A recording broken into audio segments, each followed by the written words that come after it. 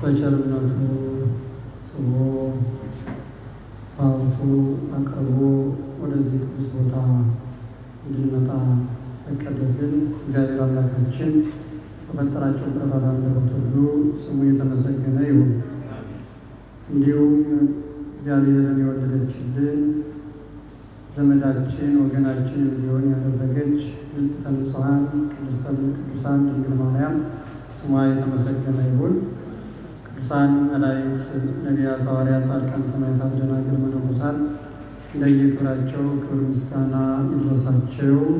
አማላጅነታቸው አይለየን።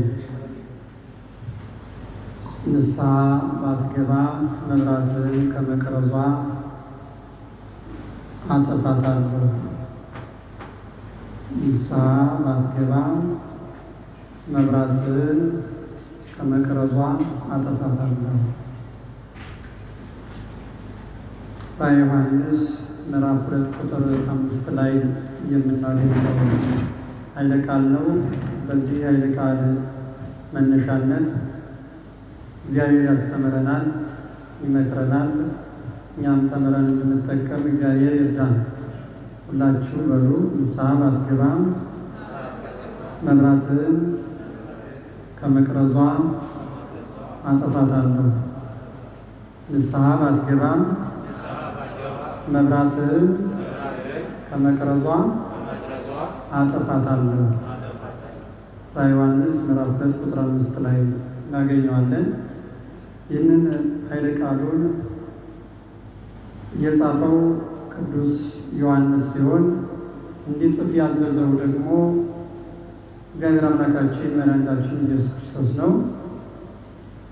የተጻፈለት በኤፌሶን አካባቢ 7 አብያተ ክርስቲያናት ነበሩ።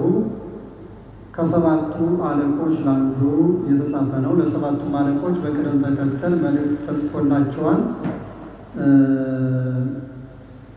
አንዱ ይህ ነው እና የተመሰገነ አለ፣ ከሰባቱ አለቆች ያልተመሰገነም አለ፣ የተወቀሰ አለ። ከዚህ በኋላ ካንተ ጋራ አንሰራም ብሎም እግዚአብሔር እያሰናበተው ባለ እና ከነዚህ አንዱ ይህ አሁን ያነሳ ነው። አለቆች የተባሉት 7 አብያተ ክርስቲያናት አሉ። በእነዚያ ላይ ምዕመናንን ሊያስተምሩ፣ ሊመክሩ፣ ሊያቆርቡ፣ ሊያጠምቁ የተሾሙ አባቶች ሲሆኑ 7ቱ ያስተማራቸው የሾማቸው ዮሐንስ ወንጌላዊ ነው። እነዚህ ሰዎች በመጀመሪያ ለአብያተ ክርስቲያናቱ ሲሾሙ እግዚአብሔርን የሚፈሩ፣ እግዚአብሔርን የሚያገለግሉ፣ ለሕዝቡ የሚራሩ፣ ሕዝቡን የሚያስተምሩ፣ ቢቸገር የሚያጽናኑ፣ ቃለ እግዚአብሔርን ሥጋዊው ነገር እንዳይጠፋበት በሥጋው እያጽናኑ ለነፍሱ የሚጠቅመውን ቃለ እግዚአብሔር እያስተማሩ ቆይተው ነበረ እና ከተወሰነ ጊዜ በኋላ በሁሉም ላይ ፈተና መጣባቸው እና ሁሉም በፈተና ወደቁ። ከሰባቱ አንዱ ሲመሰገን፣ ሌሎቹ ግን ተነቅፈዋል። አንደኛው በፍጹም ስራው ተቀባይነት እንደሌለው ተናግሯል እግዚአብሔር እና ከነዚህ አንዱ እንግዲህ ታሪኩን ዛሬ በደንብ ማንበብ ነው። ለዛሬው የምንፈልገውን ብቻ ነው የምንወስድ። ለአንዱ ሲጽፍለት ነስህ እንከ ወማእኮሰ እመጽ ወአለቀልቃ ለማይቶትከ እምነ መካና እማይነሳይከ ሲጀምር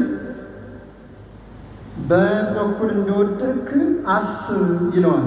የወደቀበትን ማሰብ እንዳለበት፣ ምክንያቱም ንስሐ ለመግባት የወደቀበትን የሳተበትን መገንዘብ ስለሚያስፈልግ ማለት ነው።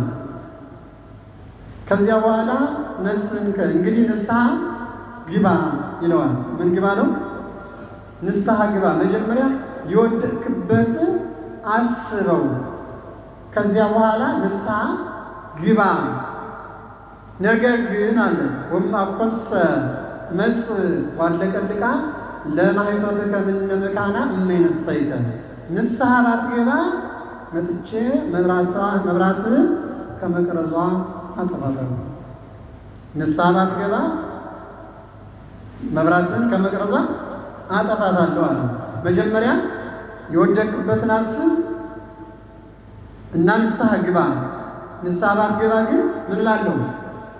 መብራትን ከመቅረዟ አጠፋታለሁ ብሎ በዮሐንስ ወንጌላዊ አማካኝነት መልእክቱ ተጽፎ ተላከላቸው ማለት ነው። ከዚያው ተያይዞ እንግዲህ ራዕየ ዮሐንስ ተጽፏል ማለት ነው ሙሉ በሙሉ እና ንስሐ የሚለው ለመጀመሪያ ምንድን ነው ትርጉሙ? ንስሐ የሚባለው ንስሐ ተጸጸተ፣ ተመለሰ የሚል ትርጉም ሲኖረው በግሱ ንስሐ መጸጸት፣ መመለስ፣ መቆርቆር የሚለውን ሀሳብ ይሰጠናል ትርጉሙ ማለት ነው። ስለዚህ ንስሐ የሚባለው መጸጸት ነው። ንስሐ የሚባለው መመለስ ነው። ንስሐ የሚባለው ያለፈውን ኃጢአት እያሰቡ መቆርቆርና ያንን ኃጢአት ላለመድገም መወሰን ነው ማለት ነው። መወሰን ነው። ይህ ትርጉሙ ነው ንስሐ የሚለው ትርጉም። መጀመሪያ መጸጸት፣ ከዚያስ መመለስ፣ ከዚያ በኋላ ደግሞ ያንን ሳይዘነጉ እየተቆረቆሩ መኖር። ጌታችንን በቅዳሴው ሲናገር ዘወድቀ በኃጢአት ኢይርሳ እስመ ዘኢይትረሳ መቦ ዘወድቀ በኃጢአት ኢይርሳ እስመ ዘኢይትረሳ፣ በኃጢአት የወደቀ ሰው ቢኖር አይርሳ የማይረሳ ነውና ያለው ለዚህ ነው። ለምን ያንን አስቦ ነው ንስሐ መግባት የሚቻለው። ካላሰብ ነው የወደቅንበትን ካላሰብ ንስሐ ልንገባ አንችልም። ንስሐ ልንገባ አንችልም። ስለዚህ ንስሐ መጸጸት፣ መመለስና ከዛ በኋላ ደግሞ ቀን በቀን ያንን እያሰቡ እየተቆረቆሩ ወደፊት ኃጢአት ላለመስራት እየተጋደሉ መኖር፣ ይሄ ንስሐ ይባላል ትርጉሙ ማለት ነው። ንስሐ የሚለው ንስሐ የሚለው ስለዚህ የሰው እየታዘዘው መጀመሪያ የወደቅክበትን አስበው፣ በየትኛው እንደወደቅ የሳትክበትን አስብ፣ ከዚያ ንስሐ ግባ ብሎ ነው ያዘዘው። ንስሐ ካልገባ ግን መብራትን ከመቅረዟ እወስዳለሁ ነው ያለው። አሁን እዚህ ላይ ቃል በቃል መብራትን ከመቅረዟ ማለት መብራት የተባለ ለእኛ ለዛሬ የምንማረው ነፍስ ነች። በትርጓሜያችን ኤጲስቆጶስ ይላል። ሌላ ሶስት ትርጉሞች አሉት። እዚህ ላይ ግን ለዛሬ የምንፈልገው ነፍስ ነች። እቺ መብራት የተባለች መቅረዝ የተባለ ሰውነታችን ነው። ምናችን ነው አልኳችሁ? ስጋችን ነው። ስጋችን መቅረዝ ተብሏል። መብራት የሚበራው በመቅረዙ ላይ ነው። ሻማ የምናበራው በሻማው ማስቀመጫ ላይ ነው አይደለም? መብራት የተባለ ሻማው ነው። ያ ማስቀመጫው ደግሞ መቅረዝ ነው። የእኛ ሰውነታችን በመቅረዝ ሲመሰል መብራት የተባለች ደግሞ ነፍሳችን ናት። መቅረዙ በራሱ መብራት መሆን ይችላል? አይችልም። አይችልም። የእኛ ስጋችንም በራሱ መንቀሳቀስ አይችልም። ያለ መብራቷ ያለ ነፍስ ሊንቀሳቀስ አይችልም። ነፍስ የተለየችው ስጋ ምንድን ነው? በድን ነው ማለት ነው። በድን ነው። ስለዚህ ንስሐ ባትገባ መጥቼ መብራትን ከመቅረዟ እወስዳለሁ፣ አጠፋለሁ ነው። ነፍስን ከስጋ ለያለሁ። ከዚያ በኋላ ንስሐ ገብተህ ተጸጽተህ ተቆርቁረህ አዝነህ ቀኖናን ፈጽመህ ስጋውን ደግሞ ተቀብለህ ገነት መንግሥተ ሰማያት መግባት አትችልም። ከሞት በኋላ ንስሐ የለም የለም። ስለዚህ ዛሬውኑ ምን በል ነው? ንስሐ ግባ፣ ንስሐ ግባ።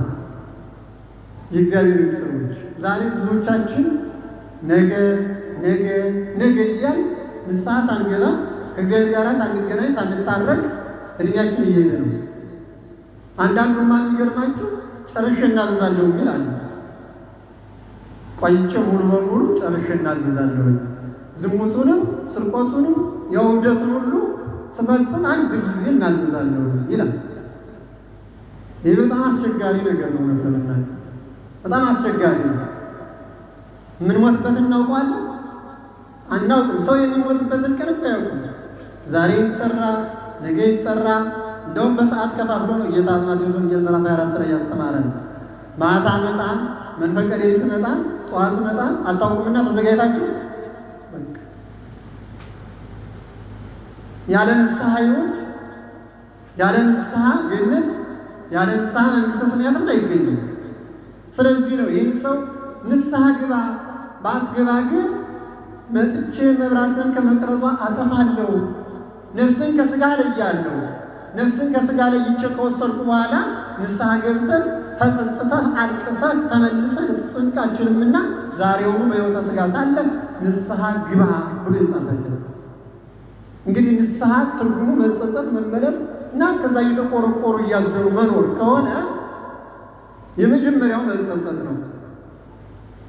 ይህንን በሉቃስ ወንጌል ምዕራፍ 15 ላይ 3 ምሳሌዎች ተመስለዋል። እንደምታውቁት የጠፋው ልጅ አለ፣ የጠፋው በግ አለ፣ ከዚያ ደግሞ የጠፋ ድሪም የሴቷ ሀብል። እነዚህ ሁሉ በኃጢአት የጠፉ ሰዎችን የሚወክሉ ናቸው። ለመጀመሪያው አዳምን ነው የሚወክሉ። ከዚያ በኋላ ማንኛውንም ኃጢአተኛ ይወክላሉ። እዚህ በምሳሌው መሰረት በጉ በበግ የተመሰለው ሳያውቅ በሰዎች ተታሎ ባዝኖ ይሄድ ነው። በግ የሚያውቀው ጉዳይ የለውም። ከመንጋው ተለይቶ ባዝኖ ይሄዳል ሳያስበው። እጠፋለሁ ብሎ እንኳን የሚያስበው እሱ ዝም ብሎ ከዛ እንደተለየ ይቀራል። ከዛ ታላዮች ወይም ሌቦች ይወስዱታል። በጉን ማለት ሌቦች ይወስዱታል። የዚህ ምሳሌ ያልተማረ በመሆኑ ሳያውቅ ሳይረዳ ወደ ክርስቲያን መጥቶ የሚጠቅመውና የሚጎዳው ከእግዚአብሔር ጋር የሚያገናኘውን ሳይማር በመቅረቱ ዝም ብሎ በከተማ የሚቀረው ሰው ኃጢአተኛ ሰው። ይሄ አስተማሪ በማጣቱ ባለመመከሩ፣ ራሱ እንደ ሰውነቱ ወደ ቤተክርስቲያን ባለመምጣቱ፣ ፈላጊም ስለሚያስፈልገው ፈላጊም በማጣቱ የጠፉ ኃጢአተኞች ሰዎች ምሳሌ ነው የበጉ ምሳሌ። በዚህ ምክንያት ብዙ የጠፉ ሰዎች አሉ። ለዘመናቸው ብዙ ናቸው።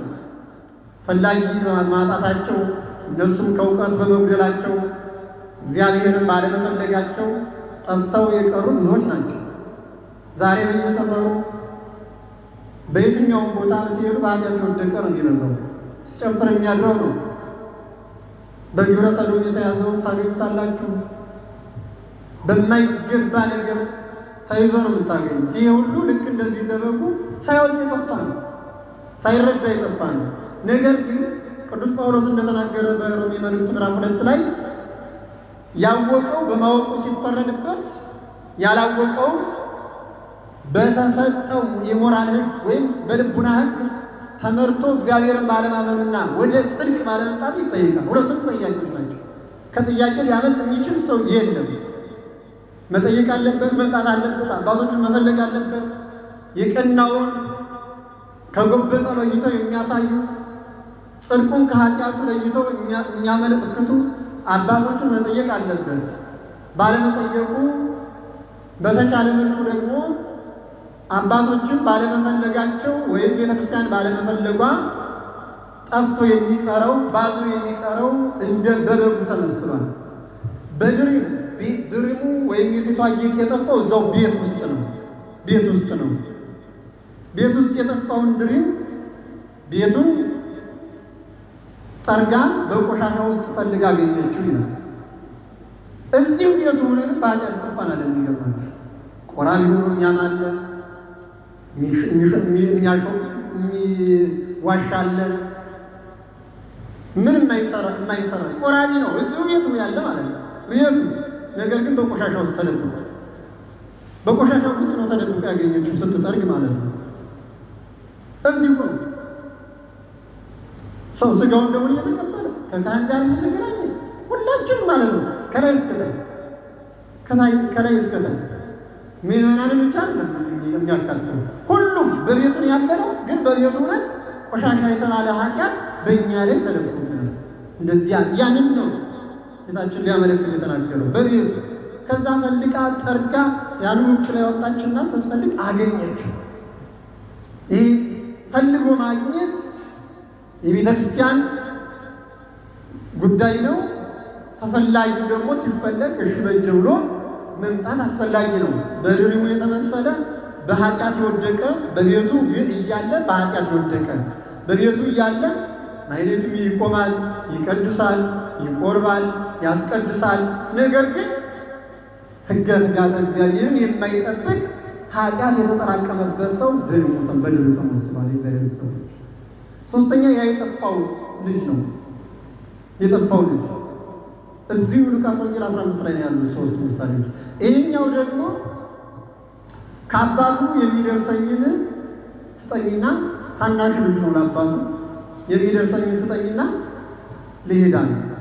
ከዛ አባቱ የሚደርሰውን ከፍሎ ሰጠውና ከተማ ሄዶ ከዘማውያንና ከሌቦች ከወንበዴዎች ጋር ጠጣበት፣ በላበት፣ ሳንቲሙን ጨረሰ። ልብ በሉ የእግዚአብሔር ሰዎች፣ ከአባቱ ከወንድሙ ከቤተሰቡ ተለይቶ ገንዘቡን ይዞ ሄዶ ከዘማውያን ጋር ጨፈረበት፣ በላበት፣ ጠጣበት። ሲያልቅ የሚበላው ሲያጣ ሂዶ እሪያ ጠባቂ ተቀጠረ። እሪያ ጠባቂ ተቀጥሮ ደግሞ የሚበላው የሚጠጣው አጣ። ወፈቀደ ይስቴሰይ መረጽራ ዘይስቴሰዩ አይሩ። እሪያዎቹ ከሚበሉት ጠረን ቃሞ ሊበላ ይፈልግ ነበረ። ወከልዎ ነገር ግን ከለከሉት እንዳይበላ። እሪያዎቹ አሳማዎቹ ከሚበሉትም አልከለከሉ እንዳይበላ። ለምን? የራሱን አጥቷል፣ ባዶውን። ይህ የኃጢአተኛ ሰው ምሳሌ ነው። የእግዚአብሔር ሰዎች ከእግዚአብሔር ከአባታችን ወጥተን ከሄድን በኋላ በዚያና ዘማውያን ሌቦች ወንበዴዎች የተባሉ አጋንንት ናቸው። እኛን ቀጥቀጥ ክብራችን ያን ገንዘብ የተባለው ክብሩ ነው፣ ሃይማኖቱ ነው፣ ልጅነቱ ነው። ያንን ወስዶ አጠፋው ማለት አጋንንት ባዶ አደረጉት፣ ልጅነቱን አስጣሉት፣ ከእግዚአብሔር ክብር እንዲራቁት ሆነ። ልክ አዳም ከገነት ሲወጣ አዳም ገነትን ያህል ቦታ እግዚአብሔርን ያህል ጌታ አጥቶ ልጅነቱንም አጥቶ ከክብር ተዋርዶ እንደወጣው ማለት ነው። ሲጀምርም አንዱ ዋናው ምሳሌ አዳም ነው። ከዚያ በኋላ ሁሉንም ኃጢአተኛ የሚወክል ይዘው በዚህ ጊዜ መጀመሪያ ላይ የመጣለት ሀሳብ መጸጸት ነው። ምን አልኳችሁ? ንስሐ ማለት ምንድን ነው ያልኳችሁ? የመጀመሪያ ትርጉም መጸጸት ነው።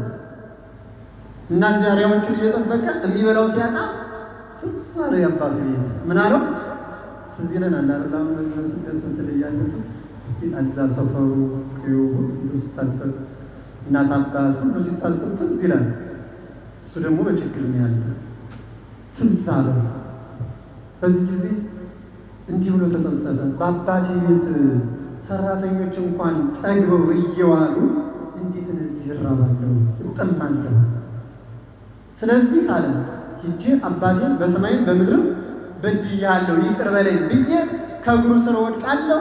ከዚያም አባቴ እንደ ልጅ ሳይሆን ከባሪያዎች እንዳንዱ ቁጠረኝ ብዬ ለምነዋለሁ አለና ተጸጸተ።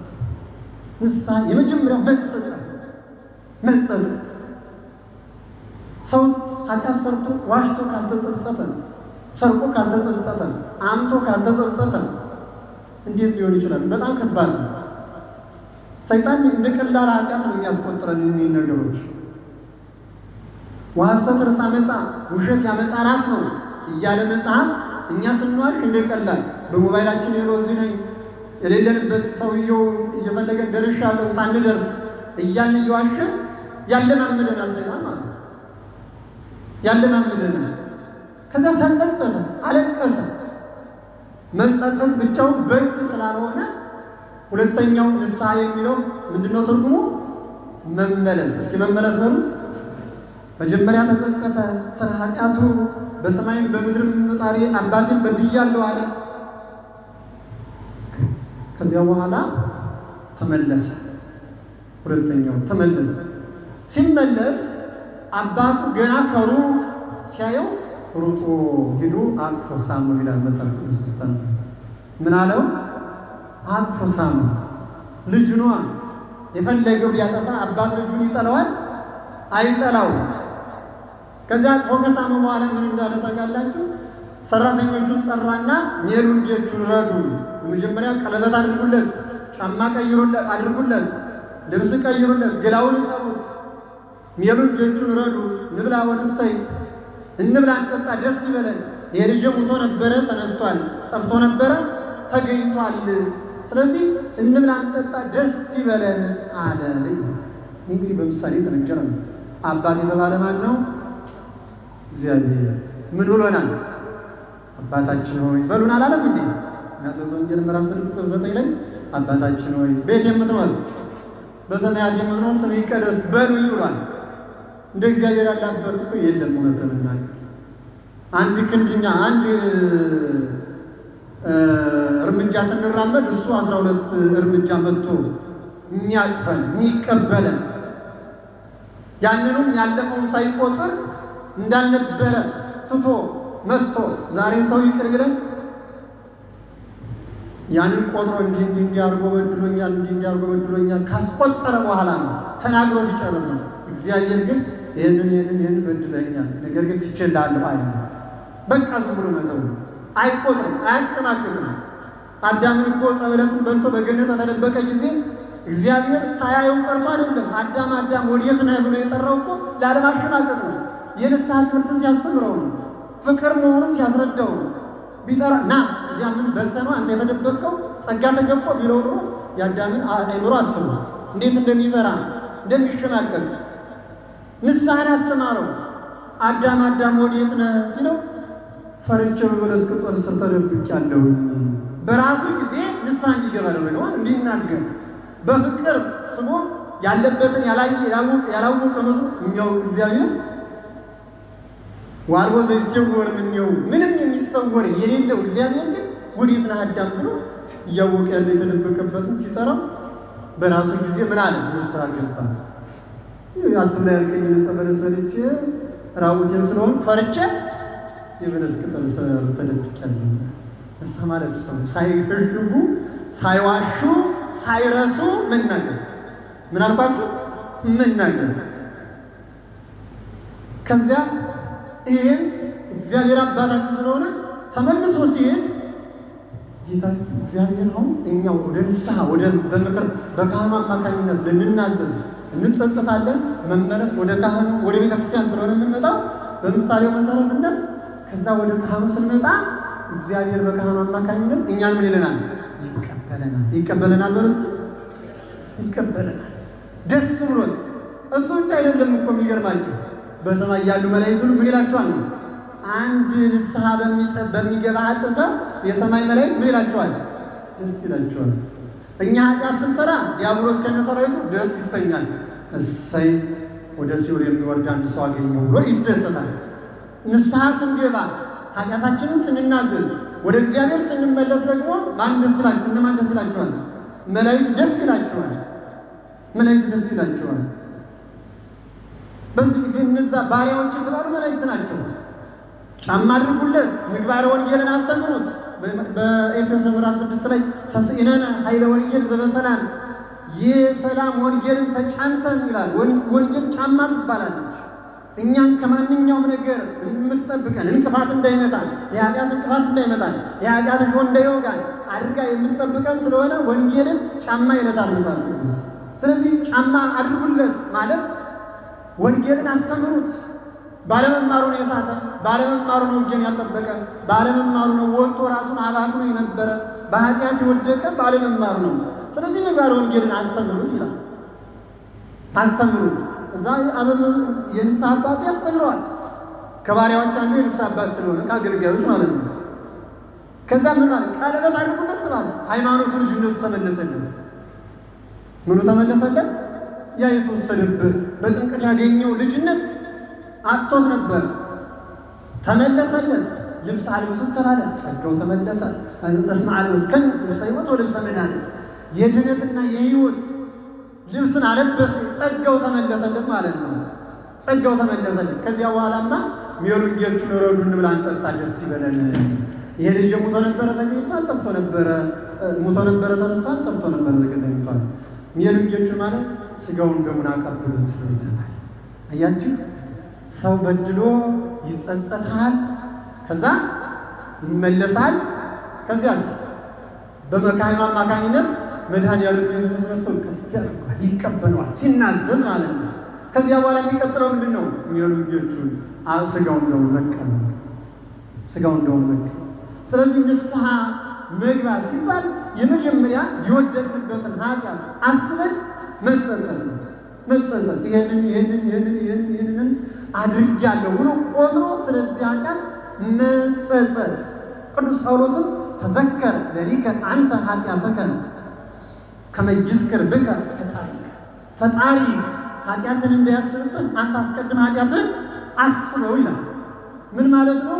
እግዚአብሔር የሚያስብብን ንስሐ ሳንገባ ስንቀር ነው። እኛ አስበን ንስሐ ከገባንበት ግን እግዚአብሔር ኃጢአታችን ምን ይለዋል? አያስበው። አሁን እዚህ ውዳሴ ማርያም ትርጉሙ ላይ የምናውቃት አንዲት ሴት አለች። ሰማላችሁ የሚቀጥለው እንግዲህ ሰኞ ማለት ነው። እና ኃጢአቷን እየጻፈች ታቀስቀምጥ ነበረ። ከዚያ በኋላ ከባስልዮስ ሄዳ ዘንድ ሄደችና ፈርታ ነው እየጻፈች ታስቀምጥ የነበረች። ከዚያ በዚህ ያለው ኃጢአትሽ ይፋቅልሽ በለኝ አለችው። ከዚህ ይፋቅልሽ ስላል እንደ ቆሎ ረገፈ። የተጻፈው ወረቀቱ ምን ሆነ? ባዶ እንዳልተጻፈበት አንዲት ቀረች። ከዚያ በኋላ እሷ ደግሞ ተላከች። እንግዲህ እዛ የሚንሰል ሆነ እና ያችሁም ደግሞ ጠብቃላታለች። ልክ እንደዚያ ነው ኃጢአታችን የሚወገደው በካህኑ አማካኝነት ንስሐ ገባን፣ ተቀበለን። ከዚያ በኋላ የመጨረሻው ሥጋውን ደሙን በቃ። ስለዚህ ንስሐ ማለት ምንድን ነው አልኳችሁ? መጸጸት፣ ከዚያስ መመለስ፣ ከዚያስ ወደ አባት ቀርቦ ተናዞ ሥጋውን ደሙን መቀበል። ይሄ ነው ንስሐ ማለት። በዚህ ሕይወት የማይመላለስ ክርስቲያን መኖር የለበትም። እኛ ግን የሁላችሁ እግዚአብሔር ሰዎች ሁለት ነገሮችን ብለን እንጨርሳለን። እኛ ግን ችግራችን ምንድን ነው ከተባለ አንናዘዝ። ኢትበሉ ለየሰምስ ለየሰምሰት የሊ ለርሳ ወይ አክላ ለዕለት እከያ ወስራሃ የማቴዎስ ወንጌል ምዕራፍ 6 ቁጥር 34 ላይ የምናገኘው ይልቃል። ለነገ አትበሉ። እስኪ ለነገ አትበሉ። ለነገ ነገ ለራሷ ታስባለች ካለ በኋላ ወይ አክላ ለዕለት እከያ ወስራሃ ለቀኒቱ ክፋቷ ምን ይላታል? ይበቃታል ይላል። አያችሁ፣ አንዳንድ ሞኝ ሰው ለነገ አትበሉ ሲባል እንጀራ ከድናችሁ አታሳድሩ ያለ ይመስለዋል። ወይም ሳንቲም ለነገ አታሳድሩ አታስቀምጡ ያለ ይመስለዋል። ወይም እቅድ አቅዳችሁ ነገ ይህን እሰራለሁ አትበሉ ያለ ይመስለዋል። አይደለም። ለነገ ብላችሁ ኃጢአታችሁን ሳትናዘዙ አታሳድሩ። የዕለቱን ነው፣ የዕለቷን ነው። እንዴ ሲሳየነ ዘለለ ዕለትን ሀበነ ዮም የዕለት ምግባችንን ዛሬ ስጠን የሚለው እኮ ትርጓሜው አንዱ ዕለት ንስሐ እንድንገባ አድርገን ነው። 6 ትርጓሜዎች አሉት። አንዱ ዕለት ንስሐ እንድንገባ አድርገን ነው። አይታደርም። ዛሬ የሰራነው ዛሬ የሰራነው መቼም ዛሬ ነው የምንናዘዘው። ስለዚህ ለነገ አትበሉ ማለት ኃጢአት ሰርታችሁ ነገ እናዘዛለሁ፣ ከነገ ወዲያ እናዘዛለሁ፣ ልሞት አካባቢ ጥቅላል አድርጌ ሁሉንም እናዘዛለሁኝ ብላችሁ አታሳድሩ። ለነገ ክፋቷን የቀኗ ክፋት ምን ይላል? ነገ የምንሰራው ክፋት አላ ገንዘብ ቢሆን ኖሮ እኮ የነገ ክፋቷ ይበቃታል አይባልም ነበረ። የኃጢአት መሆኑን የምታውቁት ለቀኗ የነገ ቀኗ ለራሷ ክፋቷ ይበቃታል ተባለ ማለት ነው። ነገ የሚሰራ ኃጢአት አለ፣ ሌላ ነገ የሚዋሽ ውሸት አለ፣ ነገ የምናታለው ማታለል አለ፣ ነገ የምናመው ሐሜት አለ፣ ነገ ብዙ ያላቀርነው ያልተዘጋጀንበት ነገር ግን በአጋጣሚ ሁሉ የምንሰራው ኃጢአት አለ። ስለዚህ ዛሬው ለነገ ከተባለ የነገው ከዚያ በኋላ እየተባለ ሳንናዘዘው ልንቀር ነው ማለት ነው። የአሁኑ ጾም ሲመጣ እንኳን ንስሐ ሳይገባ ሰው በቃ ሊጀምር ነው ማለት ነው። ያልታጠበ ልብስ የታጠበ ልብስ ባልታጠበ ገላ ሲለበስ አስቡት። ገላን ለልብስ ያጥቡለታል ይላል መጽሐፎች። ገላ የሚታጠበው ለማን ነው? ለልብስ ማለት ነው። ለጠጅ ብርሌ ያለ የሚታጠበው ብርሌው ለጠጁ ነው የሚታጠብ እንጂ ጠጁ ለብርሌ ይታጠባል? አይታጠብም። ልክ እንደዚህ ሁሉ ገላችን ለልብሱ እንደሚታጠብለት ሰውነታችንም ለጾሙ ንስሐ መግባት አለበት። በታጠበ ንስሐ በገባ ማንነት ነን ስንጾመው ተቀባይነት ይኖረዋል። አሊያ ግን ድካም ብቻ ይሆናል። እግዚአብሔር ሰዎች ያ ማለት ግን አንሱ ማለት አይደለም። እየደከምንም እየተነሳንም ቢሆን መጾም። ስለዚህ ለነገ አትበሉ ተብሏል። ንስሐ መጸጸት ከሆነ መመለስ ከሆነ ከእግዚአብሔር ጋር መገናኘት ከሆነ ታዲያ ለመቼ ነው የማትጸጸቱት? ለነገ ነው ወይ የምታስቡት? ለነገ አትበሉ፣ ጸጸቱ ዛሬ ተጸጸቱ። መመለሱ ዛሬ ተመለሱ። ከካህኑ ጋር ዛሬ ተገናኙ። ለነገ ብላችሁ አታሳድሩ። ምክንያቱም ትናንት ታሪክ ነው፣ ዛሬ ያው በእጃችን የተያዘ ነው። ነገ ደግሞ ተስፋ ነው። ነገ ላንኖር እንችላለን። ስለዚህ ኃጢአት መጸጸት፣ ንስሐ መጸጸት፣ መመለስ ስለሆነ ለነገ ብለን ሳናሳድር ዛሬውኑ ተጸጽተን ዛሬውኑ ተመልሰን ዛሬውን ተናዘን ቀኖናችንን መቀበልና ሥጋውን ደሙን መቀበል ያስፈልጋል። የእግዚአብሔር ሰዎች ቅዱስ ጳውሎስም በኤፌሶን መልእክቱ ምዕራፍ 4 ቁጥር 27 ላይ እንዲህ የሚል ቃል ይናገራል። ወዘይበለ ይዕርብ ፀሐይ አቁርሩ መዓተክሙ፣ ከመጀመሪያው ሲጀምር ተምሁ ወይተአብሱ ይላል። ተቆጡ ነገር ግን አትበድሉ ይላል። እስቲ ተቆጡ በሉ፣ አትበድሉ። ምን ማለት ነው? ተቆጡ ማለት ሰው ሊያሳዝናችሁ ይችላል፣ ልትቆጡ ግን ትችላላችሁ። አትበድሉ ማለት ግን በዚያው ተቆጣችሁ አትቁሩ ካለ በኋላ ወዘይበለ ይዕርብ ፀሐይ አቁርሩ መዓተክሙ፣ ፀሐይ ሳይገባ መዓታችሁን አቁሩ፣ ቁጣችሁን አብርቱ። ፀሐይ ሳይገባ በሩስቲ ቁጣችሁን አብርቱ። ፀሐይ ሳይገባ ማለት ነገ እናዘዛለሁ ብላችሁ እንደተቆጣችሁ፣ እንደተጣላችሁ፣ እንደተቀየማችሁ አትደሩ። ዛሬውኑ ምን በሉ? ተናገሩ። ዛሬውኑ ንስሐ ግቡ። ዛሬ ንስሐ ካልገባችሁበት አይሆንም። እንግዲህ የጌታ ቃልና የሐዋርያው ቃል ተመልከቱት። እንግዲህ ጌታ ለነገ አትበሉ፣ ሐዋርያው ቅዱስ ጳውሎስ ደግሞ ፀሐይ ሳይገባ ቁጣችሁን ምን በሉ? አብርዱ። ተመልከቱ የእግዚአብሔር ሰዎች፣ እኛስ የት ላይ ነው ያለነው? የእኛ ሕይወት ምንድን ነው? ራሳችንን እንመርምር። ለመሃሎክሙ በሃይማኖት ህቱ ርእሰክሙ፣ በሃይማኖት ምትኖሩ ራሳችሁን መርምሩ ተብሏል። በሃይማኖት ያለ ሰው ራሱን ይመረምራል። በንዝላልነት አይኖርም ማለት ነው። ራሱን እየመረመረ የወደቀበትን እየተመለከተ እየተጸጸተ ንስሐ እየገባ ይህ ነፃ ነው፣ አይከፍልበት ነፃ። አሁን ገንዘብ የሚከፈልበት ቢሆን እውነት ለመናገር በቃ ወረፋ እያዝ ነበር። ገንዘብ ስለማይከፈልበት ንስሐ ነፃ ስለሆነ የሚገባ የለም። ሥጋው ደግሞ ነፃ ስለሆነ የሚቀበል የለም። በቃ ከሥጋው ደግሞ የሚከለክል ኃጢአት ብቻ ነው የተባለ፣ ሌላ ምንም የሚከለክል ነገር የለም። ማንም ሴት አዳሪ ሆኖ ወንድ አዳሪ ሌላ ማንኛውም ይምጣ ንስሐ ከገባ መቀበል ይችላል። ነገር ግን ንስሐ መግባት አይደለም። ሰው ጠቅለል አድርጌ ቅድም እንዳልኩት ይላል ማለት ነው። ሞት የተቀለናል እኮ የእግዚአብሔር ሰዎች። ለነገ ስንል ነገ እንኖራለን እንዴ? ለነገ ለመኖራችን ዋስትና የለም። ስለዚህ ለነገ ተብሎ ኃጢአት አይሰወርም ወይም አይቀመጥም። መናዘዝ ያስፈልጋል ዛሬው። ታዲያ ሌላው ምንድን ነው? ለማን እንናዘዝ? ንስሐ የምንገባ ማን ላይ ነው የሚለውን ማየት አስፈላጊ ነው። ንስሐ ለካህን ነው የሚነገረው። ለማን ነው አልኳችሁ? ለካህን ነው የሚነገረው። ይሄን ደግሞ ማቴዎስ ወንጌል ምዕራፍ 7 ቁጥር 3 ላይ ተጽፎልናል። ሁር ወአፍጥር ርእሰከ ለካህን፣ ሂድ ራስህን ለካህን አስመርምር አሳይ ተብሎ አሳይ። ስለዚህ ሰው ንስሐ የሚገባው በካህኑ አማካኝነት ነው። በካህኑ አማካኝነት እግዚአብሔር ንስሐውን ይቀበለዋል። በካህኑ አማካኝነት እግዚአብሔር ቀኖና ይሰጠዋል ማለት ነው። ቀኖና ይሰጠዋል። ከዛ ያ ሰው ንስሐውን ቆጥሮ አንድም ሳያስቀር ከተናገረ በኋላ ቀኖናውን ተቀብሎ ይሄዳል። ቀኖናውን ሲፈጽም መጥቶ ፍትሐ ዘወልድ ጸልዮ ወደ ሥጋው ደግሞ ይሄዳል። ስለዚህ የምንናዘዘው ከተጸጸትን በኋላ የምንመለሰው ወደ ቤተ ክርስቲያን ወደ ካህኑ ነው። ከዚያ በኋላ ከተናዘዝንና ለካህኑ በደንብ ቆጥረን ከነገርነው በኋላ ቀኖናችንን እንፈጽማለን። የረሳነው ቢኖርስ ስንናገር ከረሳ ነው መልሰን መተን እንናዘዛለን። ተናገሩት። መልሰን መተን ስለረሳነው ኃጢአት ንስሐ እንገባለን። ስለረሳነው ራሱ ኃጢአት ማነው ንስሐ እንገባለን። እንደዛ ይላል መጽሐፋችን። በመርሳታችን ለምን በኃጢአት የወደቀ ቢኖር አይርሳ የማይረሳ ነውና ተብሏል። ለመርሳታችን ለራሱ ንስሐ ይገባበታል። ስለዚህ የረሳነው ኃጢአት እንኳን ቢኖር ተመልሰን እንመጣና ለካህኑ እንነግረዋለን። ስለ መርሳታችንም አባቴ ረስቼ ነው ብለን ስለ ረሳነው ንስሐ እንገባለን። ስለዚህ ለነገ ተብሎ ንስሐ ማሳደር አይቻልም። መናዘዝ አለብን። የምንናዘዘው ለማን ነው? ለካህኑ ነው። የእግዚአብሔር ሰዎች ለካህን ነው የምንናዘዘው። ለማንም አንናገርም። ለሌላ ሰው አይነገርም። ኃጢአት ለጓደኛም አይነገርም።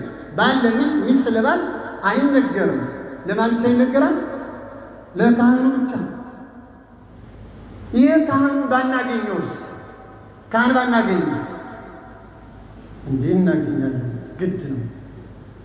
በጣም አስቸጋሪና ጭንቅ ከሆነ በድሮ በደብዳቤ ነበረ፣ ዛሬ ግን በስልክ ልናገር እንችላለን።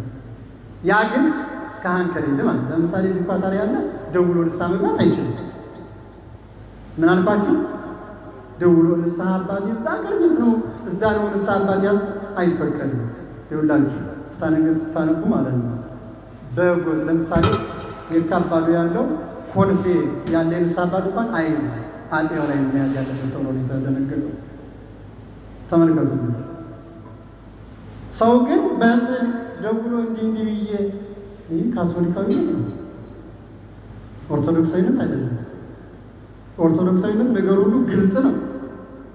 በደብሩ በአጥቢያው ካህን እያለ አሳልፎ ለሌላ ንስሐ አባት አለ ብሎ የሚቀመጠው እሱም ምንድን ነው ማለት ነው? ኃጢአት ነው ራሱ ደግሞ ማለት ነው። ስለዚህ ንስሐ የምንገባው ካህኑ ላይ ሲሆን ካህኑ ደግሞ በአጥቢያችን ላለው ደብር ነው። አስቸጋሪ ሁኔታ እዚህ ውዳሴ ማርያም ትርጉም ላይ እንዳለችው ሴት አስቸጋሪ ሁኔታ ከገጠመን ጽፈን ልናስቀምጠውና እንዳንረሳው ከዛ ካህን ስናገኝ ልናዘዝ እንችላለን። ማናገኝና ሞት ሊቀድመን የሚችል ከሆነ በደብዳቤ እንልከዋለን በድሮ ዘመን። በአሁኑ ደግሞ ቴክኖሎጂን ተጠቅመን ልናዘዝ እንችላለን። ከዚህ ውጭ ግን በደብሩ ካህን እያለ ካህናቶች ነው ምን ብዬ ነው ብሎ ምክንያት ፈጥሮ ሳይናዘዙ መቅረት ከሞት አያድንም። ከሞት አያድንም። የምን ሞት? ኃጢአት የሚመጣውን ሞት፣ ወደ ሲኦል መውረድ። የእግዚአብሔር ሰዎች ብዙዎቻችን እየተታለልን ነው። ንስሐ የሚገባ በአጥቢያ ባለ ካህን፣ አስራት የሚከፈል ለአጥቢያ ቤተክርስቲያን።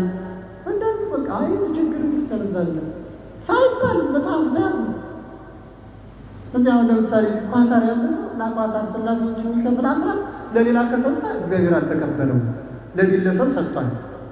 መጽሐፉ እንደዛ ነው የሚለው። ላለበት ደብር ብቻ አስራት ይሰጣል። ንስሐም ደብሩ ላይ ካህን ካለ እዚያው ንስሐ አባት ይይዛል እንጂ በርቀት አይቻልም፣ አይሆንም። ስለዚህ ይሄ ሁሉ ነገር ተቀርፎልናል። እኛ ደግሞ እግዚአብሔር የተመሰገነ ይሁን ካህናት አሉን። ሁሉ ነገር የተሟላ ነው። ከአስተዳዳሪያችን ጀምሮ ለምእመናን የሚጨነቁ የሚያዝኑ የሚራሩ ካህናት አሉ። ስለዚህ ካህናቶቻችንን መጠቀም አለብን እንዳትያ። ሌላው ደግሞ በያለበት ቦታ ሁሉ ይህንን የሚሰማ ራሱን ማስተካከል አለበት። እግዚአብሔር ያዘዘውንና ተቀብሎ በትእዛዙ መሰረት ጸንቶ መኖር አለበት የእግዚአብሔር ሰዎች። ስለዚህ የምንናዘዘው ለካህኑ ነው፣ ግን አለንበት ደብር ላይ ነው የንስሐ አባት የምንይዘው። ማንኛውም ነገር ለእሱ ብቻ ነው የምናገረው፣ ለግለሰብ አይነገርም። አይደለም ለማንኛውም ሰው ባለ ሚስቱ ለባል እንኳን አይነገርም። ንስሐ ለማን ብቻ አልኳችሁ? ለንስሐ አባት ብቻ። ንስሐ አባት ማለት ንስሐ ስለሚሰጥ ነው። አበ ነፍስ ይባላል፣ የነፍስ አባት ስለሆነ ነው። ምክንያቱም ነፍስን ወደ ገነት የሚያስገባት ስለሆነ የመጀመሪያው አበ ነፍስ መድኃኔ ዓለም ኢየሱስ ክርስቶስ ነው። መልካ ኢየሱስ ጸልዩ ኢየሱስ ክርስቶስ እስመ አበ ነፍሴ አንተ በሎሙ ለመላእክት ተፈሥሑ ሊተ ረከብክዎ ለወልድየ በከንቱ ዘሞተ። የነፍስ አባት የሆንክ ኢየሱስ ክርስቶስ ሆይ በሎሙ ለመላእክት ተፈሥሑ ሊተ፣ መላእክትን ደስ ይበላችሁ በላቸው፣ ረከብክዎ ለወልድየ በከንቱ ዘሞተ። ቅድም በሉቃስ 15 ላይ የተመሰለውን ምሳሌ መነሻ አድርጎ የደረሰው የሞተው በከንቱ የሞተውን ልጅን አግኝቼዋለሁና ደስ ይበላችሁ በላቸው አንተ የነፍስ አባት ኢየሱስ ክርስቶስ ይላል። ግን መልካ ኢየሱስ ጸልዩ ታገኙት ማለት ነው። ስለዚህ መጀመሪያ የነፍስ አባት ራሱን ሰጥቶ ያዳነን ከሞት የዋጀን እርሱ መድኃኔ ዓለም ኢየሱስ ክርስቶስ ነው። ከዚያ በኋላ ደግሞ የነፍስ አባቶችን ካህናትን ሾሞልናል። የዮሐንስ ወንጌል ምዕራፍ 21 ቁጥር 15 ላይ ስታነቡ ጴጥሮስ የተባለው ነው። ምን አለ? ትወደኛለህ ወይ ካለ በኋላ እንደምወድህ አንተ ታውቃለህ ሲለው ምን ተባለ? በጎችን ጠብቅ፣ ግልገሎችን አሰማራ፣ ጠቦቶችን አሰማራ፣ ግልገሎችን ሶስተኛ ጠብቅ። በጎች ታላላቆቹን፣ ጠቦቶች ወጣቶች፣ ግልገሎች ሕፃናትን ጠብቅ ብሎ እሱ የነፍሳችን አባት ነው። ደግሞ አበ ነፍስ ሹሞልን ይሄድ ካህናት የነፍስ አባት የሚባሉት ስለዚህ የነፍስ አባት የሚባሉት ስለዚህ ለነፍስ አባታችን መምህረ ንስሐ ይባላል። ስለ ንስሐ ሂደት የሚያስተምረን የሚመክረን ስለሆነ ማለት ነው። ስለዚህ ከንስሐ አባታችን ጋር በየቀኑ ግንኙነት ሊኖር ያስፈልጋል ማለት ነው። ይሄ ዮሐንስ አፈወርቅ ደጋግመህ ኃጢአት ስትሰራ ያልፈራ ያልደነገጥክ ደጋግመህ ንስሐ ስትገባ ትፈራለህ ይላል። ሰው ደጋግሞ ኃጢአት ሲሰራ ያልፈራ ደጋግሞ የንስሐ አባቱን አግኝቶ ለመናገር ያፍራል። መድኃኔ ዓለም ኢየሱስ ክርስቶስ ለእኛ እርቃኑን ሲሰቀል አፍሯል እንዴ? አላፈረም። በዕብራውያን መልእክት ቅዱስ ጳውሎስ እኮ ብሏል፣ ወተአገሣ ለኀፍረት አናሐስዮ ዘጽንሑ ሎቱ ፍስሓሁ። ምእመናን የሰው ልጆች በእሱ መሰቀል እንደሚድኑለት ስለሚያውቅ ኀፍረትን ታገሳት ነው የሚለን። እርቃኑን ሲሰቅሉት አላፈረም። እንዴት እኛ ንስሐ ለመግባት እናፍራለን? እንዲህ ካህኑ እኮ ሰው ነው። እንደኛ ለሆነው ሰው መናገር ያፈር በእግዚአብሔር በመንበሩ ፊት እንዴት መቆም እንችላለን? ምእመናን ኋላ በመንበሩ ፊት ቆመጠ ይሻላል ወይ ዛሬ በካህኑ ፊት እንደኛ ሰው ለሆነው መናገር አይቀልም እንዴ? እግዚአብሔር እኮ ቸር ስለሆነ ነው ይላል። የኔታዎች ያስተማሩ መምህራን ቸር ስለሆነ ለእኔ ነው የምትናገሩ ሳይል እንደኛ ደካማ ለሆነው እንደው የማይታዘበን እሱም ስለሚሆን ምንም እኮ እሰራለሁ እንደው እንደናንተ ባልዘሙትም ባልሰርቅም ካህን ስለማይዘሙት ማለት ነው ባልሰርቅም እንደዚህ እንደው ባላደርግም ጥቃቅኑንም ማንም እኮ ደክማለሁ ሰው ስለሆኑ ብሎ እንዲያዝንልን ማለት ነው። አያችሁ ይራራልናል። የሚራራ እንደውም ቅዱስ ጳውሎስ በዕብራውያን መልእክቱ ዘከመዝኬ ሊቀ ካህናት ይደልወነ እንደዚህ የሚራራ ሊቀ ካህናት ይገባናል ይላል። መድኃኔ ዓለም ኢየሱስ ክርስቶስ ያን መከራውን ያውቀዋልና በእኛ ላይ የሚደርሰውን መከራ ያውቀዋል፣ ይራራልናል። ስለዚህ ልክ እንደኛ ደካማ የሆነ ካህን አበ ነፍስ አድርጎ ሾመልን፣ የሚራራልን ማለት ነው። እንዳንጨነቅ ይበዛባቸዋል ብሎ ይህንም ተካፍዬን የጾምልሃለሁ የኛውን ስግደት 41 ቢሆን 20ውን የሰግድልሃለሁ ብሎ ይሰጠናል። ስለዚህ የምንናዘዘው ለካህኑ ነው ማለት ነው። ለማን ነው አልኳችሁ? ለካህኑ ነው። እንግዲህ ንስሐ ስንል ምንድን ነው ብለናል? መጸጸት ባለው እስኪ መጀመሪያ ስለሰራ ነው ነገር ያን እያሰብ መጸጸት መቆር ለምን አለ? ምክንያቱም ከእግዚአብሔር ፍቅር መውጣት ነው። በትዕቢት መውደቅ ስለሆነ ከትሕትና መውደቅ ስለሆነ ማለት ነው። ስለዚህ ማዘን መቆጨት፣ ከዚያ በኋላ መመለስ። እስኪ መመለስ በሉ መመለስ፣ ወደ ካህኑ ወደ ቤተ ክርስቲያን ለመናዘዝ መምጣት ቆርጦ ልክ እንደዚህ ያለች በሰማይም በምድር በድያለሁ እንደ ከባሪያዎቹ እንዳንዱ አድርገኝ እንጂ ልጅ ልባል አይገባኝም ብዬ ነው አለው ብሎ ይመጣ። ስለዚህ ነገር ግን አባት ነው እና እግዚአብሔር አቅፎ ሰማኝ። እንደዚህ ነው አቅፎ የሚቀበለው። ከዚያ በኋላ ምንናዘዘው ለካህኑ ነው። ኃጢአት ለነገ ተብሎ አያድርም። ስንናዘዝ እንዴት እንናዘዝ የሚለውን ልናገር አልጨረስ። ብዙ ነው ስለ ንስሐ ብዙ ብንናገር ስለማያልቅ ማለት ነው። እንዴት እንናዘዝ? ካህኑ ቁጭ ብሎ እኛ ከእግሩ ስር ኩርትም ብለን ቁጭ ብለን እያለቀስን ነው የምንናዘዝ። ቁጭ ብሎ በወንበር አንድ ቀን ይህንን ሰራው፣ ደግሞ አንድ ቀን እንዲህ አድርጌ ከገሌ ጋር ወደር፣ ደግሞ አንድ ቀን ጾም ገደር፣ ደግሞ ሌላ ቀን እንዲህ አደረግ እየተባለ እንደ ቀልድ አይሆንም። ይህን አስቡት። ያቺ ኃጥእት ማርያም የምትባለውን ታውቃላችኋል? ወንጌል ላይ የተጻፈች ጌታ ከእግሩ ስር ኩርምት ብላ ወደቀችና ምን አደረገች? እያለቀሰች እግሩ በንቧ ተናዘዘች። ከዚያ ደግሞ ምን አደረገች? በፀጉሯ አሸች። ይወረዳ ነው። ፀጉር ለሴቶች ክብራቸው ነው። እንደ ሰርመዴ ሊደፉት ሊያጌጡበት ተሰጥቷቸዋል ተብሎ በአንደኛው ቆሮንቶስ ምዕራፍ 11 ቁጥር 2 ጀምሮ ተጽፏል። ፀጉራቸውን እንዲያሳድጉት ቤተ ክርስቲያን ሲሆን እንዲከናነቡ፣ በሌላው ቦታ ግን ጌጣቸው ነው ተብሎላቸው። ወንድ ግን እንዳያሳድግ እዚያው ቁጥር 5 ላይ ተጽፏል። ስለዚህ በዚያ እኔ ወራዳ ነኝ፣ እኔ በኃጢአት የቆሸሽኩ ነኝ፣ ክብር ሁሉ ለአንተ ነው ብላ ያንን የምትወደውን ፀጉሯን ስንት ሽቱ የዘገበችለትን ስንት ቅባት ያፈሰሰችበትን ፀጉሯን ከዛ አሸችው። ስለዚህ ስንናዘዝ እንዴት እንናዘዛለን? ካህኑ ስር ወድቀን እያለቀስን ትዝ ሲለን እየተንሰቀሰቅ ያን ኃጢአት እያስታወስን እያሰብን ምን እንላለን? እናዘዛለን።